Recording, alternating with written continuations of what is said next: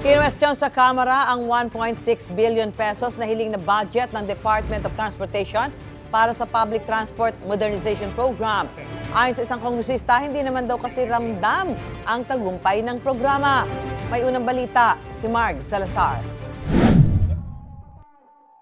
Sabay sa ikalawang araw ng tigil pasada ng mga kontra-PUV modernization program ng gobyerno, tinanong ang Department of Transportation sa budget deliberation ng Kamara kung bakit ito humihiling ng panibagong 1.6 billion pesos na pondo sa naturang programa sa susunod na taon.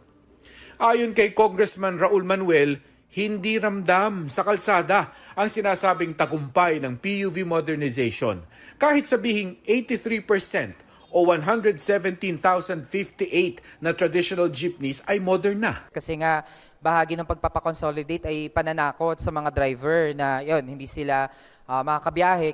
Bukod dyan, tila di umano sapat ang 117,000 modern jeepney base sa agawan ng mga pasahero tuwing rush hour. Paano na lang kung mawala ang traditional jeepney?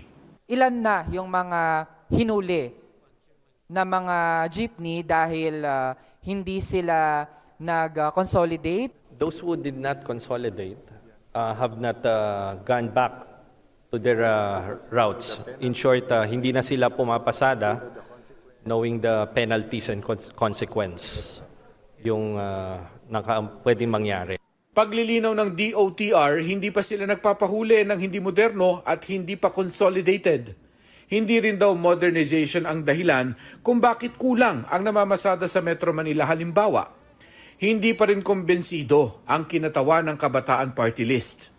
Ang representasyon na ito ay hindi confident talaga na suportahan ang pinopropose na budget lalo for the modernization. Kasi nga, Madam Speaker, by its nature, ang mas pinapaboran nito ay mga foreign na mga manufacturers, tapos ginawa lang negosyo yung ating public transport system.